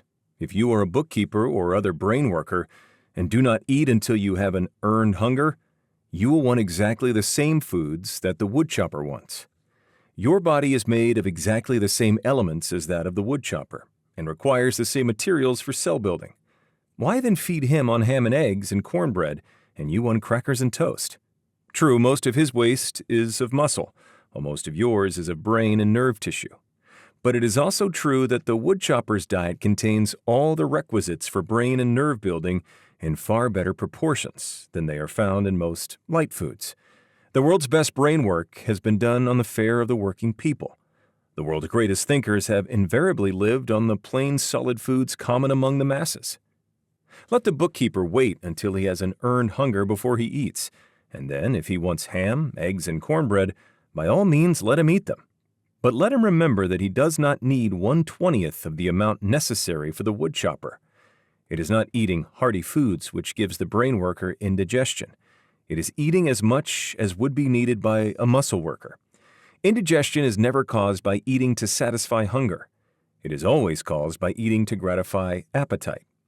If you eat in the manner prescribed in the next chapter, your taste will soon become so natural that you will never want anything that you cannot eat with impunity. And you can drop the whole anxious question of what to eat from your mind forever, and simply eat what you want. Indeed, that is the only way to do if you are to think no thoughts but those of health. For you cannot think health so long as you are in continual doubt and uncertainty as to whether you are getting the right bills of fare. Take no thought what ye shall eat, said Jesus, as he spoke wisely. The foods found on the table of any ordinary middle-class or working-class family will nourish your body perfectly if you eat at the right times and in the right way. If you want meat, eat it. And if you do not want it, do not eat it. And do not suppose that you must find some special substitute for it. You can live perfectly well on what is left on any table after the meat has been removed. It is not necessary to worry about a varied diet, so as to get in all the necessary elements. The Chinese and Hindus build very good bodies and excellent brains on a diet of few variations, rice making almost the whole of it. The Scotch are physically and mentally strong on oatmeal cakes, and the Irishman is husky of body and brilliant of mind on potatoes and pork. The wheatberry contains practically all that is necessary for the building of brain and body, and a man can live very well on a mono diet of navy beans. Form a conception of perfect health for yourself, and do not hold any thought which is not a thought of health. Never eat until you have an earned hunger. Remember that it will not hurt you in the least to go hungry for a short time, but it will surely hurt you to eat when you are not hungry. Do not give the least thought to what you should or should not eat. Simply eat what is set before you, selecting that which pleases your taste most. In other words, eat what you want. This you can do with perfect results if you eat in the right way, and how to do this will be explained in the next chapter. Chapter 11. How to Eat. It is a settled fact that man naturally chooses food. The few fattists who maintain that we should bolt our nourishment, after the manner of the dog and others of the lower animals, can no longer get a hearing. We know that we should chew our food, and if it is natural that we should chew our food, the more thoroughly we chew it, the more completely natural the process must be. If you will chew every mouthful to a liquid, you need not be in the least concerned as to what you shall eat, for you can get sufficient nourishment out of any ordinary food. Whether or not this chewing shall be an irksome and laborious task or a most enjoyable process depends upon the mental attitude in which you come to the table. If your mind and attitude are on other things, or if you are anxious or worried about business or domestic affairs, you will find it almost impossible to eat without bolting more or less of your food. You must learn to live so scientifically that you will have no business or domestic cares to worry about. This you can do, and you can also learn to give your undivided attention to the act of eating while at the table. When you eat, do so with an eye single to the purpose of getting all the enjoyment you can from that meal. Dismiss everything else from your mind, and do not let anything take your attention from the food and its taste until your meal is finished. Be cheerfully confident For if you follow these instructions, you may know that the food you eat is exactly the right food, and it will agree with you to perfection. Sit down to the table with confident cheerfulness and take a moderate portion of the food. Take whatever thing looks most desirable to you. Do not select some food because you think it will be good for you. Select that which will taste good to you. If you are to get well and stay well, you must drop the idea of doing things because they are good for your health, and do things because you want to do them. Select the food you want most. Gratefully give thanks to God that you have learned how to eat it in such a way that digestion shall be perfect, and take a moderate mouthful of it. Do not fix your attention on the act of chewing. Fix it on the taste of the food, and taste and enjoy it until it's reduced to a liquid state and passes down your throat by involuntary swallowing. No matter how long it takes, do not think of the time. Think of the taste. Do not allow your eyes to wander over the table, speculating as to what you shall eat next. Do not worry for fear there is not enough, and that you will not get your share of everything. Do not anticipate the taste of the next thing. Keep your mind centered on the taste of what you have in your mouth, and that is all of it. Scientific and healthful eating is a delightful process after you have learned how to do it, and after you have overcome the bad old habit of gobbling down your food unchewed. It is best not to have too much conversation going on while eating. Be cheerful, but not talkative. Do the talking afterward. In most cases, some use of the will is required to form the habit of correct eating. The bolting habit is an unnatural one, and is without doubt mostly the result of fear. Fear that we will be robbed of our food. Fear that we will not get our share of the good things. Fear that we will lose precious time. These are the causes of haste. Then there is anticipation of the dainties that are to come for dessert, and the consequent desire to get at them as quickly as possible. And there is mental abstraction, or thinking of other matters while eating. All these must be overcome. When you find that your mind is wandering, call a halt. Think for a moment of the food, and of how good it tastes, of the perfect digestion and assimilation that are going to follow the meal, and begin again. Begin again and again, though you must do so 20 times in the course of a single meal, and again, though you must do so every meal for weeks and months. It is perfectly certain that you can form the Fletcher habit if you persevere. And when you have formed it, you will experience a healthful pleasure you have never known. This is a vital point, and I must not leave it until I have thoroughly impressed it upon your mind. Given the right materials, perfectly prepared, the principle of health will positively build you a perfectly healthy body, and you cannot prepare the materials perfectly in any other way than the one I am describing. If you are to have perfect health, you must eat in just this way. You can, and the doing of it is only a matter of a little perseverance. What use for you to talk of mental control unless you will govern yourself in so simple a matter as ceasing to bolt your food? What use to talk of concentration unless you can keep your mind on the act of eating for so short a space as 15 or 20 minutes, especially with all the pleasures of taste to help you? Go on and conquer. In a few weeks or months, as the case may be, you will find the habit of scientific eating becoming fixed, and soon you will be in so a splendid condition mentally and physically that nothing would induce you to return to the bad old way. We have seen that if man will think only thoughts of perfect health, his internal functions will be performed in a healthy manner. And we have seen that in order to think thoughts of health, man must perform the voluntary functions in a healthy manner. The most important of the voluntary functions is that of eating. And we see so far no especial difficulty in eating in a perfectly healthy way. I will here summarize the instructions as to when to eat, what to eat, and how to eat, with the reasons therefor. Never eat until you have an earned hunger, no matter how long you go without food. This is based on the fact that whatever food is needed in the system, if there is power to digest it, the subconscious mind announces the need by the sensation of hunger. Learn to distinguish between genuine hunger and the gnawing and craving sensations caused by unnatural appetite. Hunger is never a disagreeable feeling, accompanied by weakness, faintness, or gnawing feelings at the stomach. It is a pleasant, anticipatory desire for food, and is felt mostly in the mouth and throat. It does not come at certain hours or at stated intervals. It only comes when the subconscious mind is ready to receive, digest, and assimilate food. Eat whatever foods you want, making your selection from the staples in general use in the zone in which you live. The Supreme Intelligence has guided man in the selection of these foods, and they are the right ones for all. I am referring, of course, to the foods which are taken to satisfy hunger, not to those which have been contrived merely to gratify appetite or perverted taste. The instinct which has guided the masses of men to make use of the great staples of food to satisfy their hunger is a divine one. God has made no mistake. If you eat these foods, you will not go wrong. Eat your food with cheerful confidence and get all the pleasure that is to be had from the taste of every mouthful. Chew each morsel to a liquid, keeping your attention fixed on the enjoyment of the process.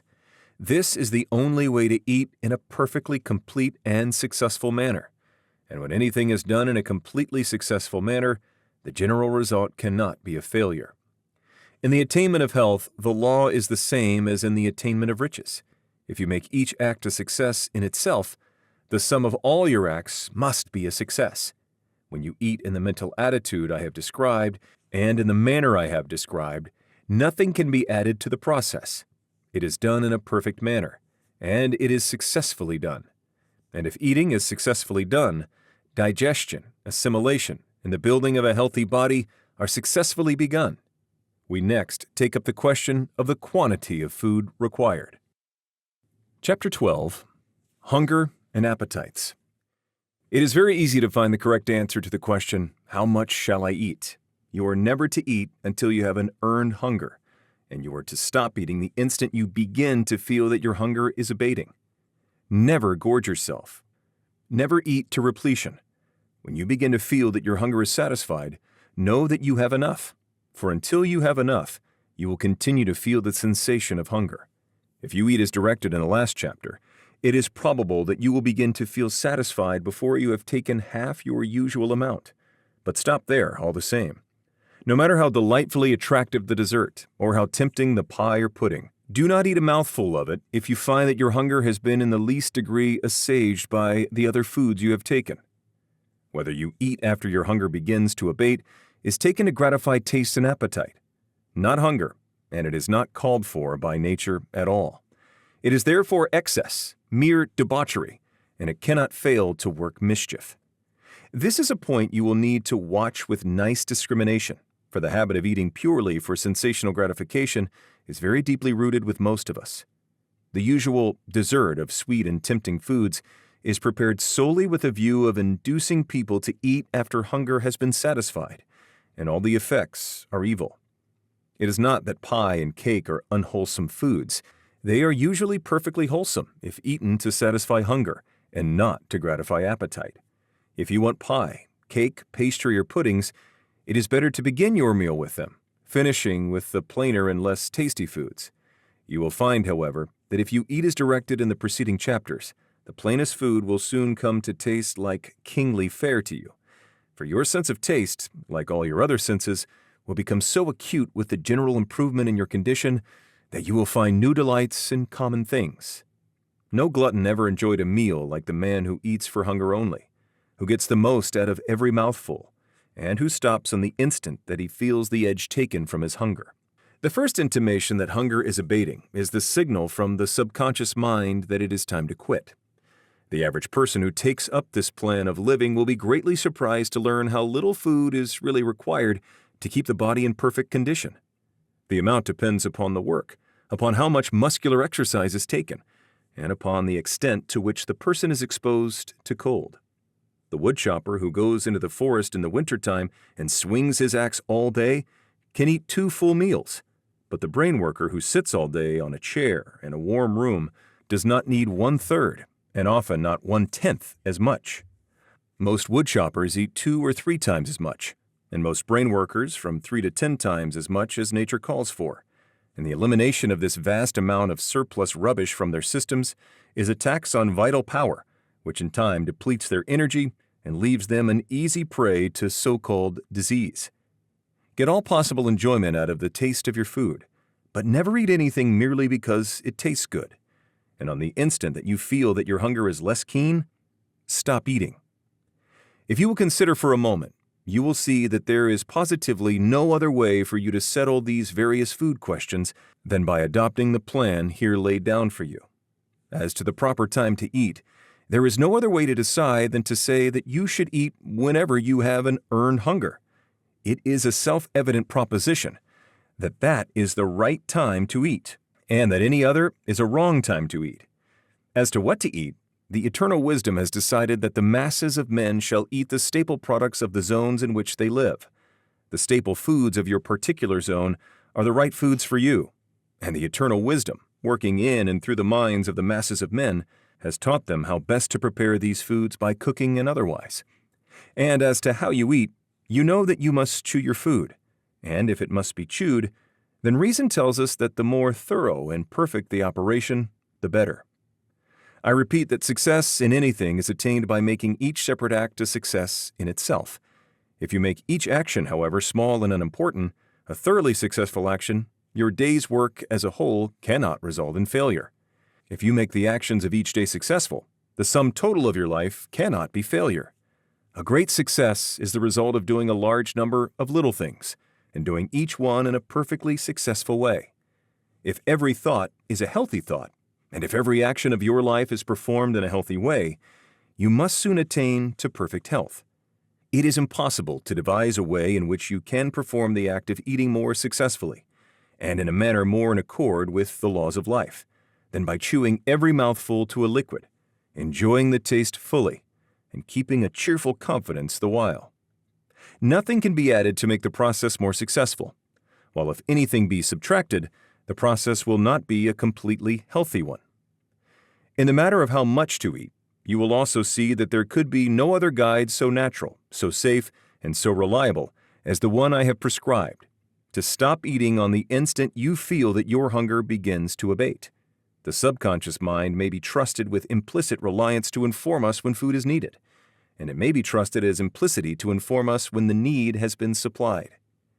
If all food is eaten for hunger, and no food is taken merely to gratify taste, you will never eat too much.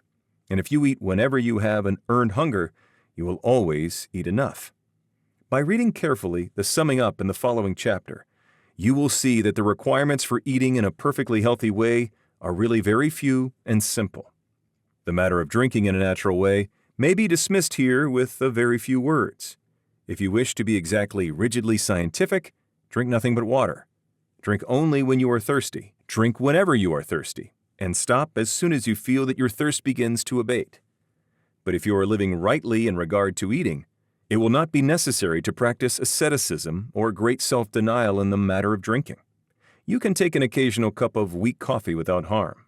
You can, to a reasonable extent, follow the customs of those around you. Do not get the soda fountain habit. Do not drink merely to tickle your palate with sweet liquids. Be sure that you take a drink of water whenever you feel thirst. Never be too lazy, too indifferent, or too busy to get a drink of water when you feel the least thirst. If you obey this rule, you will have little inclination to take strange and unnatural drinks. Drink only to satisfy thirst. Drink whenever you feel thirst, and stop drinking as soon as you feel thirst abating. That is the perfectly healthy way to supply the body with the necessary fluid material for its internal processes. Chapter 13. In a nutshell. There is a cosmic life which permeates, penetrates, and fills the inner spaces of the universe, being in and through all things. This life is not merely a vibration or form of energy. It is a living substance. All things are made from it. It is all and in all. This substance thinks, and it assumes the form of that which it thinks about. The thought of a form in the substance creates the form. The thought of a motion institutes the motion. The visible universe, with all its forms and motions, exists because it is in the thought of original substance. Man is a form of original substance and can think original thoughts, and within himself man's thoughts have controlling or formative power. The thought of a condition produces that condition. The thought of a motion institutes that motion. So long as a man thinks of the conditions and motions of disease, so long will the conditions and motions of disease exist within him. If man will think only of perfect health, the principle of health within him will maintain normal conditions. To be well, man must form a conception of perfect health, and hold thoughts harmonious with that conception as regards himself and all things. He must think only of healthy conditions and functioning. He must not permit a thought of unhealthy or abnormal conditions or functioning to find lodgment in his mind at any time. In order to think only of healthy conditions and functioning, man must perform the voluntary acts of life in a perfectly healthy way.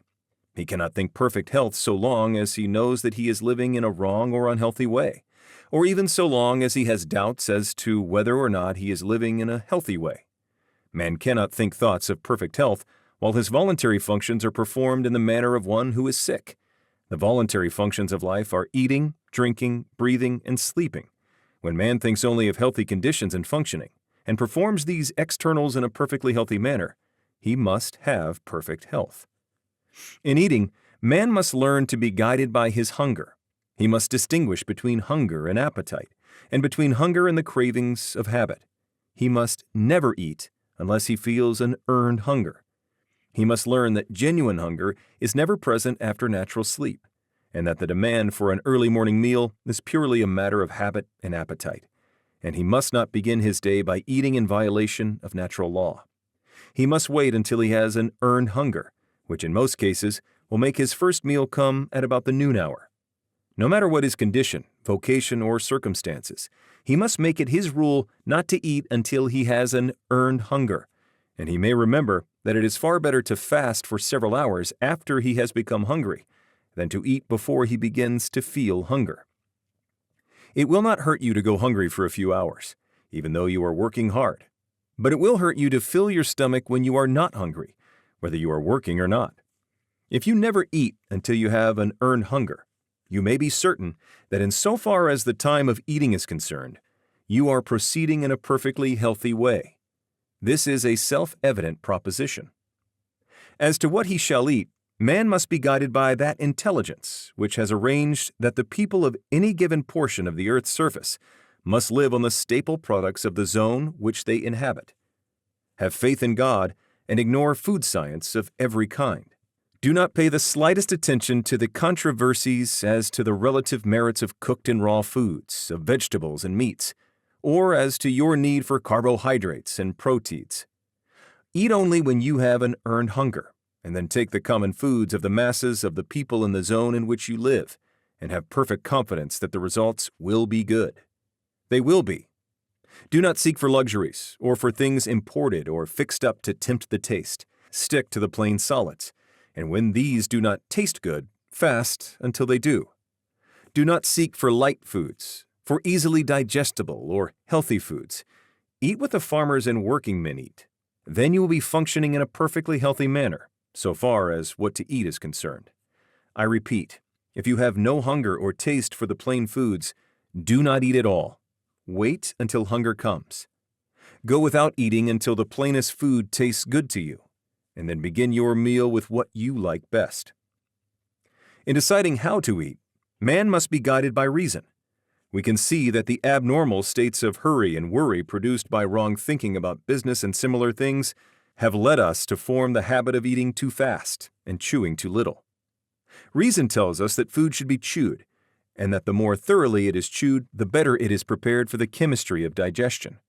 Furthermore, we can see that the man who eats slowly and chews his food to a liquid, keeping his mind on the process and giving it his undivided attention, will enjoy more of the pleasure of taste than he who bolts his food with his mind on something else. To eat in a perfectly healthy manner, man must concentrate his attention on the act, with cheerful enjoyment and confidence. He must taste his food, and he must reduce each mouthful to a liquid before swallowing it. The foregoing instructions, if followed, make the function of eating completely perfect. Nothing can be added as to what, when, and how. In the matter of how much to eat, man must be guided by the same inward intelligence or principle of health, which tells him when food is wanted. He must stop eating in the moment that he feels hunger abating. He must not eat beyond this point to gratify taste. If he ceases to eat in the instant that the inward demand for food ceases, he will never overeat, and the function of supplying the body with food will be performed in a perfectly healthy manner. The matter of eating naturally is a very simple one. There is nothing in all the foregoing that cannot be easily practiced by anyone. This method, put in practice, will infallibly result in perfect digestion and assimilation, and all anxiety and careful thought concerning the matter can at once be dropped from the mind. Whenever you have an earned hunger, eat with thankfulness what is set before you, chewing each mouthful to a liquid, and stopping when you feel the edge taken from your hunger. The importance of the mental attitude is sufficient to justify an additional word. While you are eating, as at all other times, think only of healthy conditions and normal functioning. Enjoy what you eat. If you carry on a conversation at the table, talk of the goodness of the food and of the pleasure it is giving you. Never mention that you dislike this or that. Speak only of those things which you like. Never discuss the wholesomeness or unwholesomeness of foods. Never mention or think of unwholesomeness at all. If there is anything on the table for which you do not care, pass it by in silence, or with a word of commendation. Never criticize or object to anything. Eat your food with gladness and with singleness of heart, praising God and giving thanks. Let your watchword be perseverance. Whenever you fall into the old way of hasty eating, or of wrong thought and speech, bring yourself up short and begin again. It is of the most vital importance to you that you should be a self-controlling and self-directing person. And you can never hope to become so unless you can master yourself in so simple and fundamental a matter as the matter and method of your eating. If you cannot control yourself in this, you cannot control yourself in anything that will be worthwhile. On the other hand, if you carry out the foregoing instructions, you may rest in the assurance that insofar as right thinking and right eating are concerned, you are living in a perfectly scientific way, and you may also be assured that if you practice what is prescribed in the following chapters, you will quickly build your body into a condition of perfect health. Chapter 14. Breathing. The function of breathing is a vital one, and it immediately concerns the continuance of life. We can live many hours without sleeping and many days without eating or drinking, but only a few minutes without breathing. The act of breathing is involuntary, but the manner of it and the provision of the proper conditions for its healthy performance falls within the scope of volition. Man will continue to breathe involuntarily, but he can voluntarily determine what he shall breathe and how deeply and thoroughly he shall breathe, and he can, of his own volition, keep the physical mechanism in condition for the perfect performance of the function. It is essential, if you wish to breathe in a perfectly healthy way, that the physical machinery used in the act should be kept in good condition. You must keep your spine moderately straight, and the muscles of your chest must be flexible and free in action. You cannot breathe in the right way if your shoulders are greatly stooped forward and your chest hollow and rigid. Sitting or standing at work in a slightly stooping position tends to produce hollow chest.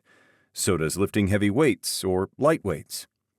The tendency of work, of almost all kinds, is to pull the shoulders forward, curve the spine, and flatten the chest. And if the chest is greatly flattened, full and deep breathing becomes impossible, and perfect health is out of the question. Various gymnastic exercises have been devised to counteract the effect of stooping while at work, such as hanging by the hands from a swing or trapeze bar, or sitting on a chair with the feet under some heavy article of furniture, and bending backward until the head touches the floor, and so on. All these are good enough in their way, but very few people will follow them long enough and regularly enough to accomplish any real gain in physique. The taking of health exercises of any kind is burdensome and unnecessary. There is a more natural, simpler, and much better way. This better way is to keep yourself straight and to breathe deeply. Let your mental conception of yourself be that you are a perfectly straight person, and whenever the matter comes to your mind, be sure that you instantly expand your chest, throw back your shoulders, and straighten up. Whenever you do this, slowly draw in your breath until you fill your lungs to their utmost capacity. Crowd in all the air you possibly can, and while holding it for an instant in the lungs, throw your shoulders still further back and stretch your chest. At the same time, try to pull your spine forward between the shoulders. Then let the air go easily. This is the one great exercise for keeping the chest full, flexible, and in good condition. Straighten up. Fill your lungs full. Stretch your chest and straighten your spine. And exhale easily. And this exercise you must repeat in season and out of season, at all times, in all places. Until you form a habit of doing it, you can easily do so. Whenever you step out of doors into the fresh, pure air, breathe. When you are at work and think of yourself in your position, breathe. When you are in company and are reminded of the matter, breathe. When you are awake in the night, breathe. No matter where you are or what you are doing, whenever the idea comes to your mind, straighten up and breathe. If you walk to and from your work, take the exercise all the way. It will soon become a delight to you. You will keep it up, not for the sake of health, but as a matter of pleasure. Do not consider this a health exercise. Never take health exercises or do gymnastics to make you well. To do so is to recognize sickness as a present fact or as a possibility, which is precisely what you must not do. The people who are always taking exercises for their health are always thinking about being sick. It ought to be a matter of pride with you to keep your spine straight and strong, as much so as it is to keep your face clean. Keep your spine straight and your chest full and flexible for the same reason that you keep your hands clean and your nails manicured. Do it without a thought of sickness, present or possible. You must either be crooked and unsightly, or you must be straight. And if you are straight, your breathing will take care of itself. You will find the matter of health exercise is referred to again in a future chapter. It is essential, however, that you should breathe air. It appears to be the intention of nature that the lungs should receive air containing its regular percentage of oxygen, and not greatly contained by other gases or by filth of any kind. Do not allow yourself to think that you are compelled to live or work where the air is not fit to breathe. If your house cannot be properly ventilated, move. And if you are employed where the air is bad, get another job. You can, by practicing the methods given in the preceding volume of this series, The Science of Getting Rich. If no one would consent to work in bad air, employers would speedily see to it that all workrooms were properly ventilated. The worst air is that from which the oxygen has been exhausted by breathing, as that of churches and theaters where crowds of people congregate, and the outlet and supply of air are poor. Next to this is air containing other gases than oxygen and hydrogen, sewer gas, and the effluvium from decaying things. Air that is heavily charged with dust or particles of organic matter may be endured better than any other of these. Small particles of organic matter, other than food, are generally thrown off from the lungs, but gases go into the blood. I speak advisedly when I say, other than food, air is largely a food. It is the most thoroughly alive thing we take into the body. Every breath carries in millions of microbes, many of which are assimilated. The odors from earth, grass, tree, flower, plant, and from cooking foods are foods in themselves. They are minute particles of the substances from which they come, and are often so attenuated that they pass directly from the lungs into the blood, and are assimilated without digestion. And the atmosphere is permeated with the one original substance, which is life itself. Consciously recognize this whenever you think of your breathing, and think that you are breathing in life. You really are, and conscious recognition helps the process. See to it that you do not breathe air containing poisonous gases, and that you do not rebreathe the air which has been used by yourself or others. That is all there is to the matter of breathing correctly. Keep your spine straight and your chest flexible, and breathe pure air, recognizing with thankfulness the fact that you breathe in the eternal life. That is not difficult, and beyond these things give little thought to your breathing except to thank God that you have learned how to do it perfectly. Chapter 15. Sleep. Vital power is renewed in sleep. Every living thing sleeps. Men, animals, reptiles, fish, and insects sleep, and even plants have regular periods of slumber. And this is because it is in sleep that we come into such contact with the principle of life in nature that our own lives may be renewed. It is in sleep that the brain of man is recharged with vital energy, and the principle of health within him is given new strength. It is of the first importance, then, that we should sleep in a natural, normal, and perfectly healthy manner. Studying sleep, we note that the breathing is much deeper and more forcible and rhythmic than in the waking state.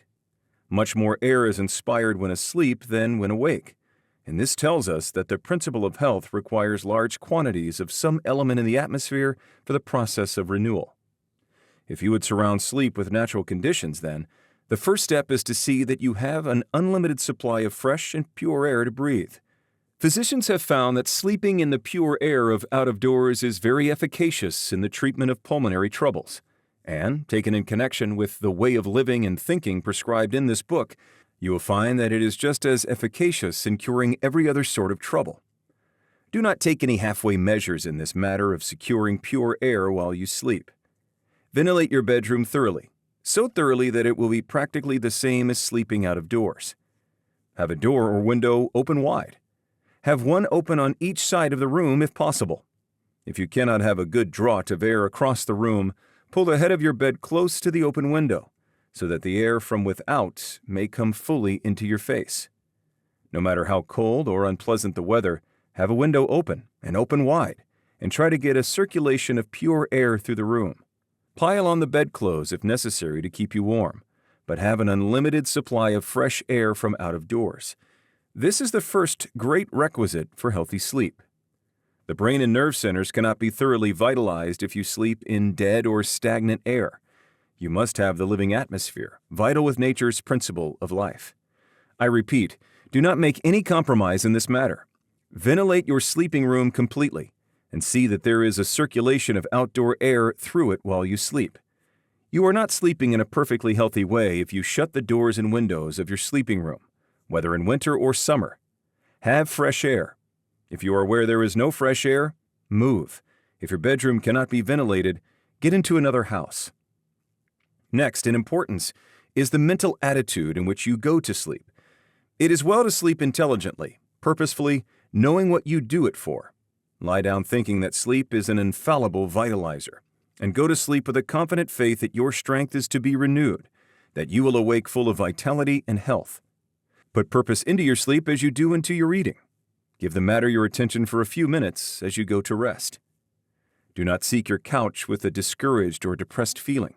Go there joyously to be made whole. Do not forget the exercise of gratitude in going to sleep. Before you close your eyes, give thanks to God for having shown you the way to perfect health, and go to sleep with this grateful thought uppermost in your mind. A bedtime prayer of thanksgiving is a mighty good thing. It puts the principle of health within you into communication with its source, from which it is to receive new power while you are in the silence of unconsciousness. You may see that the requirements for perfectly healthy sleep are not difficult. First, to see that you breathe pure air from out of doors while you sleep. And second, to put the within into touch with the living substance by a few minutes of grateful meditation as you go to bed.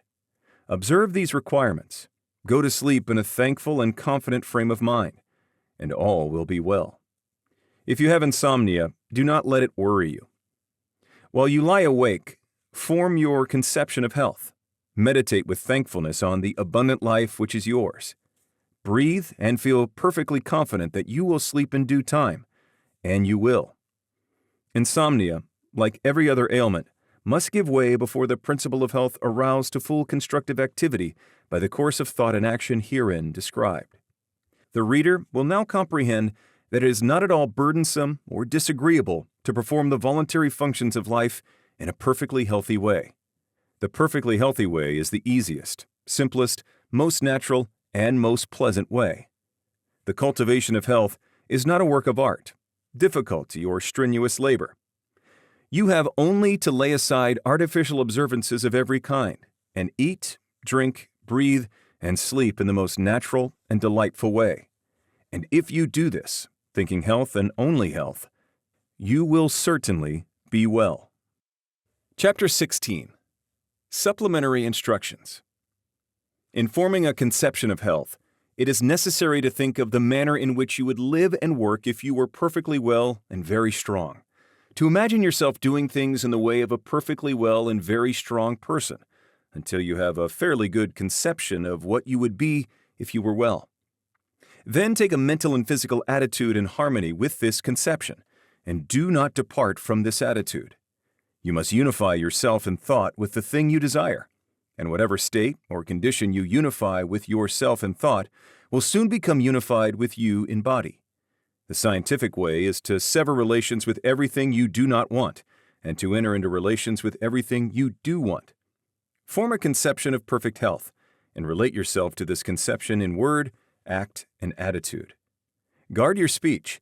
Make every word harmonize with the conception of perfect health. Never complain. Never say things like these: I did not sleep well last night. I have a pain in my side. I do not feel at all well today, and so on. Say, I am looking forward to a good night's sleep tonight. I can see that I progress rapidly, and things of similar meaning. Insofar as everything which is connected with disease is concerned, your way is to forget it. And insofar as everything which is connected with health is concerned, your way is to unify yourself with it in thought and speech.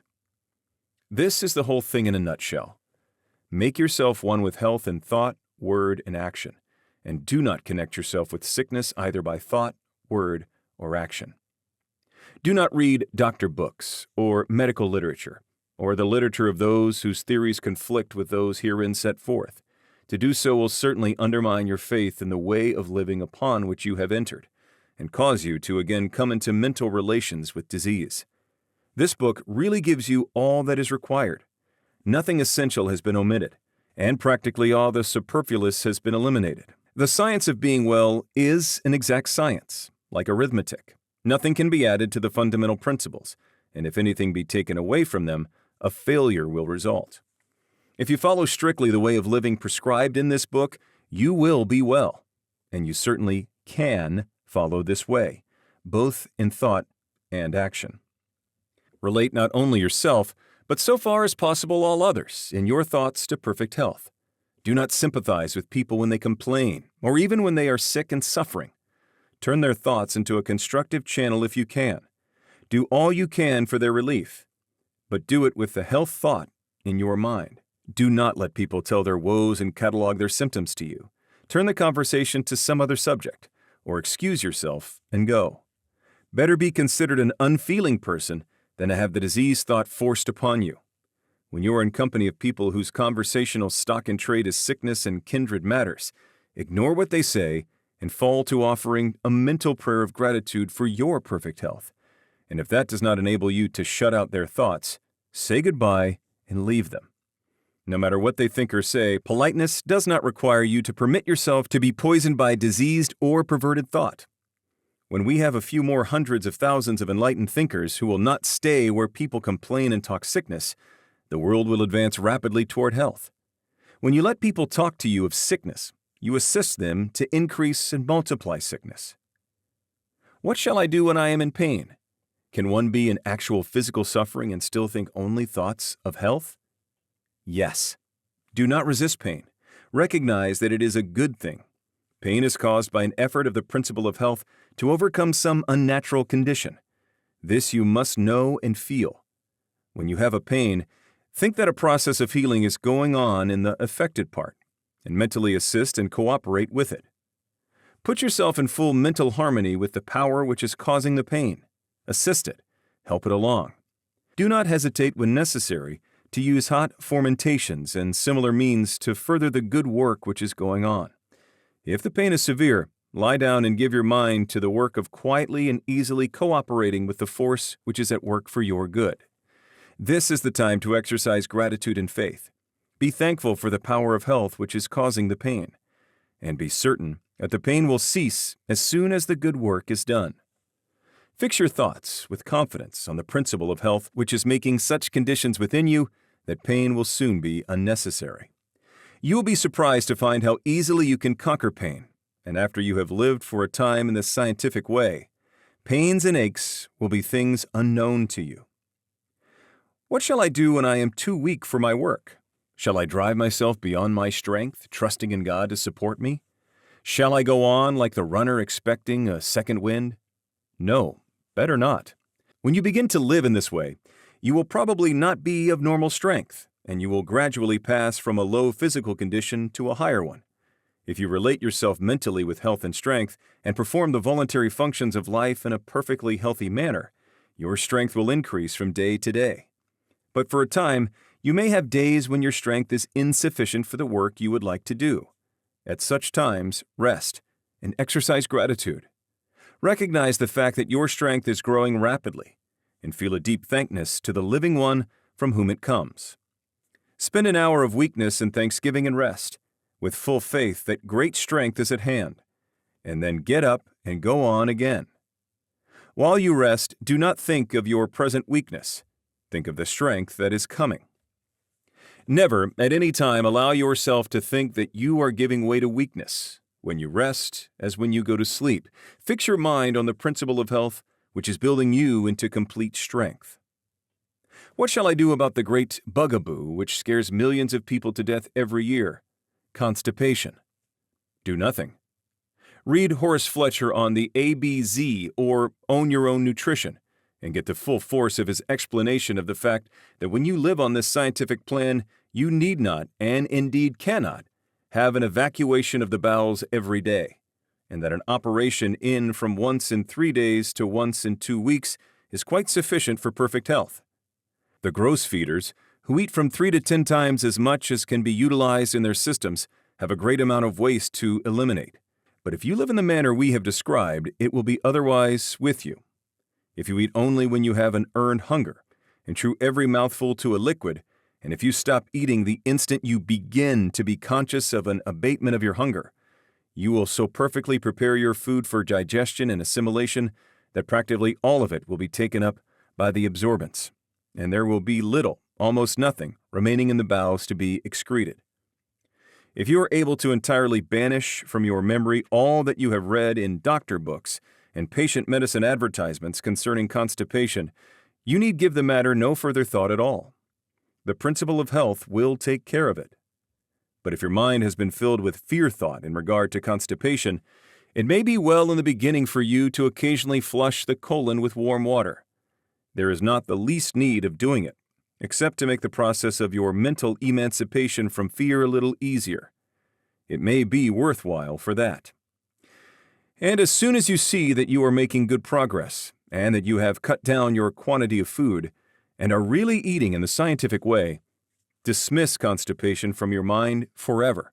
You have nothing more to do with it. Put your trust in the principle within you, which has the power to give you perfect health. Relate it by your reverent gratitude to the principle of life, which is all power, and go on your way rejoicing. What about exercise?